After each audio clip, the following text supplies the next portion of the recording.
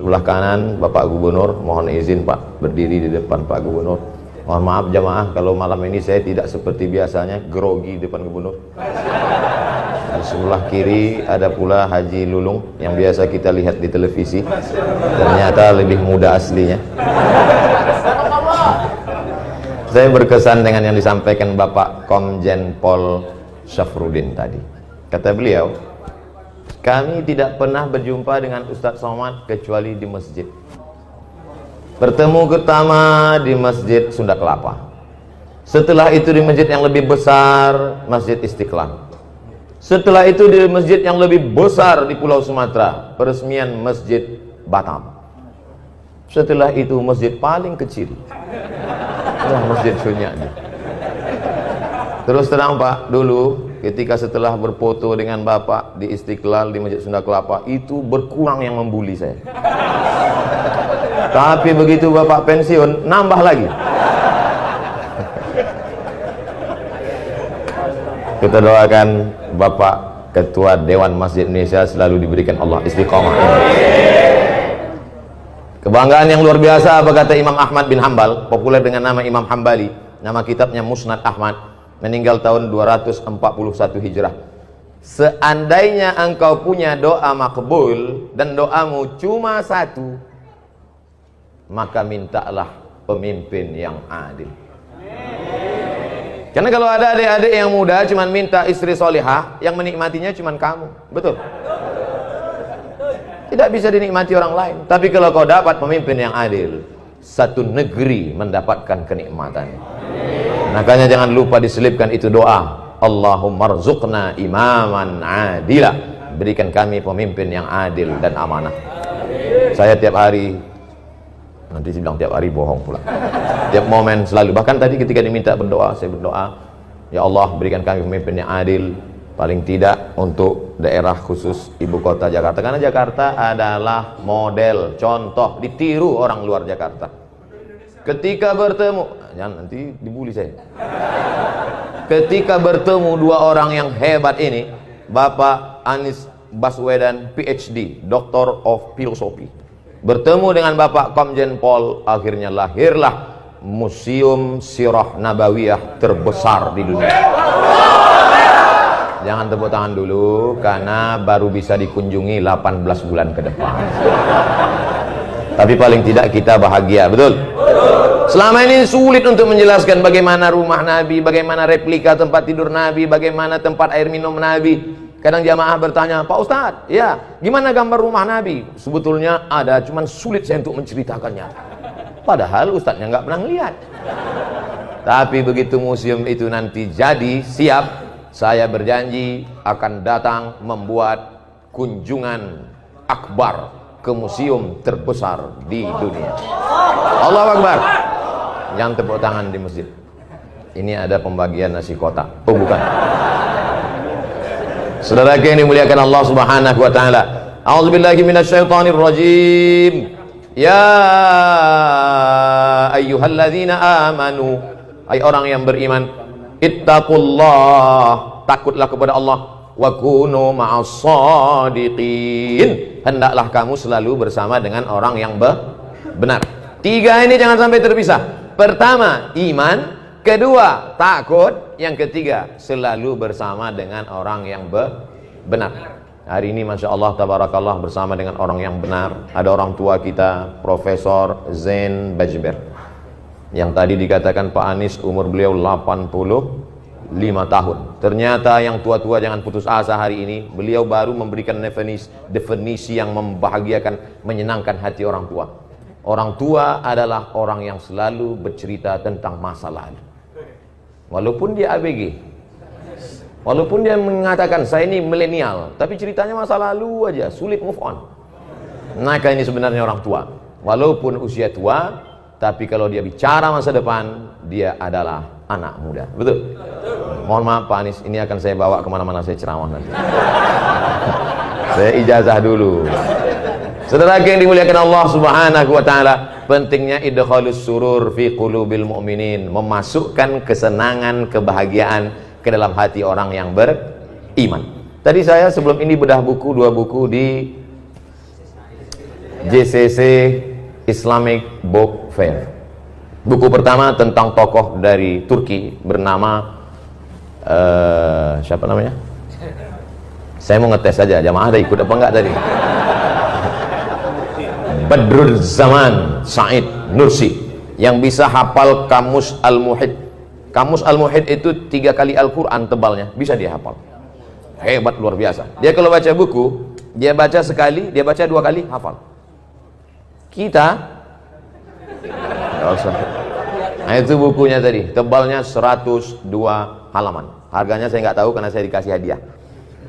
Lalu kemudian buku yang kedua 99 tanya jawab sholat, ditulis oleh orang hebat juga, namanya Abdul Somad.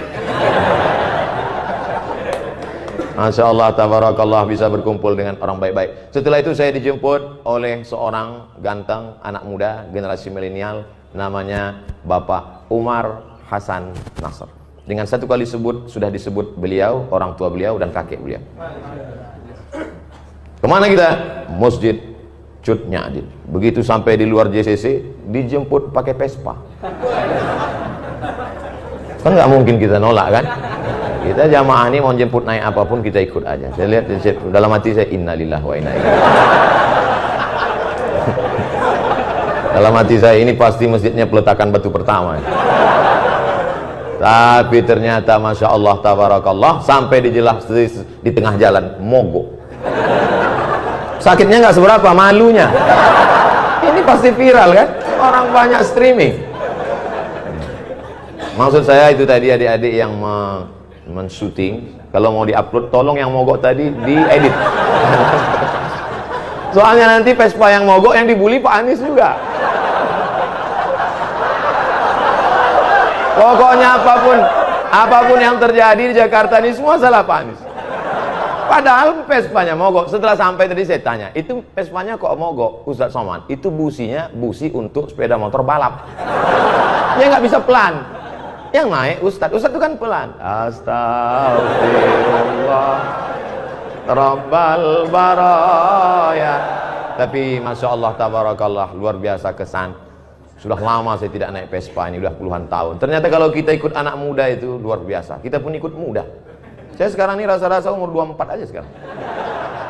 Masya Allah tabarakallah. Ternyata saya datang tidak diminta untuk peletakan batu pertama, tapi menyaksikan tanda tangan prasasti peresmian Masjid Cut Nyadin yang akan ditandatangani oleh Gubernur DKI Jakarta. Saya disamping. Saya nggak apa-apa takbir karena udah siap. Saya berdiri di samping. Tadi fotonya udah diupload. Alhamdulillah. Pak Gubernur, Pak Komjen Pol, saya di samping. Yang lain-lain sore udah nggak lihat lagi. Kenapa masjid ini begitu hebat? Padahal kalau dilihat bangunannya biasa aja, sempit, panasnya luar biasa. Tapi kenapa orang-orang hebat ini bisa datang kemari? Apa ceritanya? Saya di mana-mana ceramah itu tidak. Saya selalu apa yang ada di mulut saya sih. Saya penceramah yang tidak pandai sindir menyindir sudah. Bukan maksud saya AC ada semua, ada lengkap. Coba lihat 16 derajat Celcius. Cuman memang ini masjid sudah, kalau bahasa Melayunya, over capacity. Ini kita ini kalau menurut WHO, World Health Organization, ini sudah di luar ambang batas kewajaran. Ini kita sedang berebut-rebut oksigen ini sekarang. Saudara yang dimuliakan Allah Subhanahu wa taala. Kenapa dengan Masjid Cut Nyadin? Ternyata masjid ini kecil tapi perjuangannya luar biasa. Disebutkan oleh Pak Gubernur tadi, kanan jalan, kiri jalan, depan jalan, belakang jalan. Tapi akal tak pernah putus untuk berpikir bagaimana membangun rumah Allah. Tidak bisa ke samping, harus ke atas. Makanya pertumbuhan itu ke atas, bukan ke samping. Ke atas, tidak pernah putus asa. Ibu-ibu tadi semua di bawah. Mohon maaf, Bapak Gubernur, Bapak Komjen Pol, ketika saya naik tadi agak terlambat di atas. Pak Gubernur minta saya duluan, saya bilang Pak Gubernur duluan. Pak Komjen Pol, saya ini jelaskan supaya jangan sampai nanti ditulis Pak Gubernur mendahului Ustadz. Kena lagi. Pak Gubernur tadi mau saya duluan, saya bilang Bapak duluan. Kemudian Pak Komjen Pol, saya bilang Pak Saprudin duluan. Kenapa Ustadz belakangan? Saya masih mau menase kepada ibu-ibu semua. Mereka di bawah menyaksikan kita dengan layar. Pak pengurus masjid, di bawah ada layar, mereka bisa lihat kita. Alhamdulillah. Ibu-ibu yang di bawah jangan berkecil hati, karena saya ini lebih bagus di layar daripada aslinya. Al-Mukarram, Ustadz, guru-guru kita tak dapat disebut satu persatu, tapi insya Allah semuanya masuk ke dalam surga Allah. Apa kehebatan masjid ini? Ternyata setiap hari Jumat ada program makan gratis. Mudah-mudahan setelah diumumkan ini Jumat nanti semakin banyak yang nyumbang, bukan semakin banyak yang datang bawa perut kosong. Saya dulu pernah 2 semester di UKM, University Kebangsaan Malaysia Selangor, tidak selesai karena saya dapat beasiswa ke Maroko, lalu saya tinggalkan 2 semester di UKM. Kemarin saya pergi ke UKM, Ustaz Somad berapa lama di UKM? Saya bilang 2 semester. Ustaz kami angkat jadi alumni. Loh, saya nggak tamat, saya bilang. Peraturan baru 4 hari saja belajar sudah yang alumni. Jadi saya sekarang dianggap sebagai alumni UKM Selangor, University Kebangsaan Malaysia. Banyak yang membahagiakan saya. Apa yang mau saya ceritakan tadi? Di masjid UKM itu setiap hari Jumat, dulu waktu kami kuliah, saya paling cepat datang ke masjid. Kenapa? Karena kalau kita datang zuhur jam 12.30 baru azan, jam 12 itu ada semangka, ada pisang. Jadi ternyata memotivasi mahasiswa yang memang sulit uang belanja waktu itu. Awal-awalnya itu pemanis, tapi kata pepatah orang Melayu, Allah bisa karena biasa. Pancingan anak-anak muda, mungkin awalnya dia niatnya tidak untuk sholat Jumat. Kau datang kemari kenapa? Lapar mau makan siang. Itulah makna dakwah. Coba lihat bahasa Arab. Da'a ya'du'u da'watan. Dakwah artinya ad-da'watu ila ta'am, ngajak makan. Asal muasal kata dakwah itu ngajak makan. Makanya dulu para habaib di Jakarta ini, Al-Haddad, As-Sagab, bin Syihab, Barakbah, mereka itu kenapa majelis maulidnya ramai? Karena ada makan. Motong kambing sampai 10-20 ekor. Itu awalnya dulu. Kiai-kiai di Jawa itu tanam padi luas. Maka kalau santri-santri datang dikasih makan. Ini belum jelas nih, habisnya ada makan apa enggak?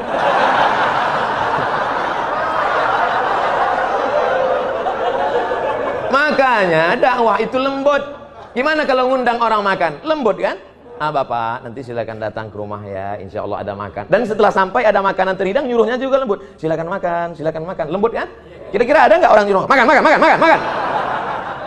Mana ada? Itulah asal muasal dakwah. Jadi dakwah dalam Islam itu, apa kata Nabi? Maukah kamu aku tunjukkan suatu amal, kalau kamu lakukan kamu akan berkasih sayang. Apa dia? Afsyus salam, tebarkan salam. Tebarkan salam dengan baik. Saya tadi di masjid ini sedang diajarkan betapa hebatnya Allah Subhanahu wa taala. Ada gubernur, ada DPRD, ada Bapak Komjen Pol, ada polisi, ada tokoh masyarakat. Mereka semua hebat-hebat, tapi tidak satu pun berhasil menggeser waktu sholat walaupun kurang 9 menit lagi. Apa kata pengurus? Menjelang azan maghrib, mari kita bersolawat. Salatullah. Tengok, belum juga. Salamullah, belum juga. Betapa agama tidak bisa diamandemen. Apa maksud Ustadz sebenarnya? Ya salam, nggak bisa diganti.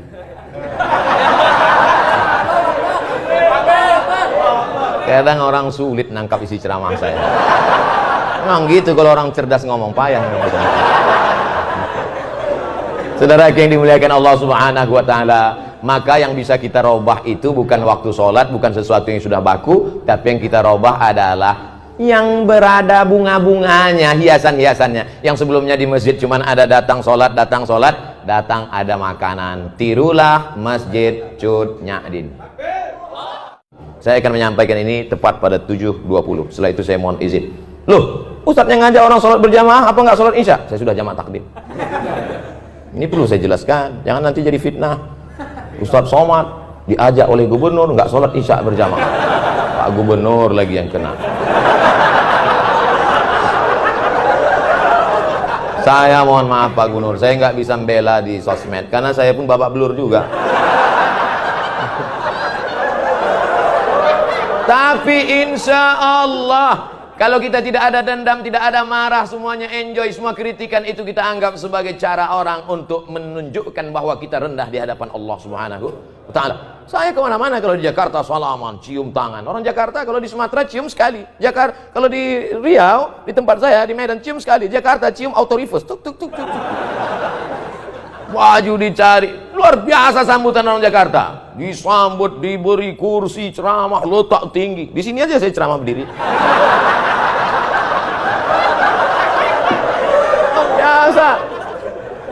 Itu kalau tidak dibully orang, kalau tidak diejek orang, itu lama-lama muncul ujub kita, muncul takbur kita. Dipanggil Al-Mukarram, Al-Ustadz, Sahibul Fadilah, Profesor, Doktor, Abdul Somad, LCMM. Lobang hidung hampir sebesar terowongan Mina. Tapi begitu kita dibully, diejek orang, baru sadar. Di situ dia panggil aja, somat, tomat, kurus kering krempeng gitu. Dulu awal-awalnya saya termasuk orang emosi juga. Begitu dia bully sekali, saya lapor ke Polda.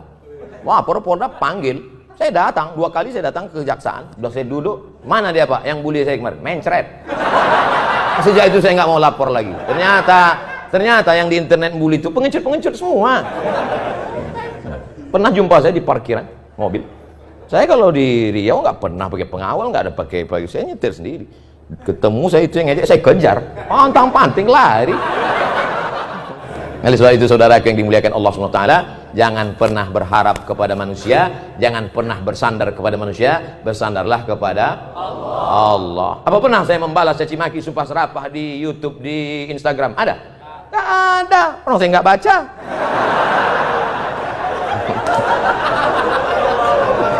Saudara yang dimuliakan Allah SWT, apa gunanya ucapan kita iyyaka na'budu wa iyyaka nasta'in? Mungkin begitu cara Allah ingin menghapuskan dosa kita. Mungkin begitu cara Allah ingin mengangkat derajat kita.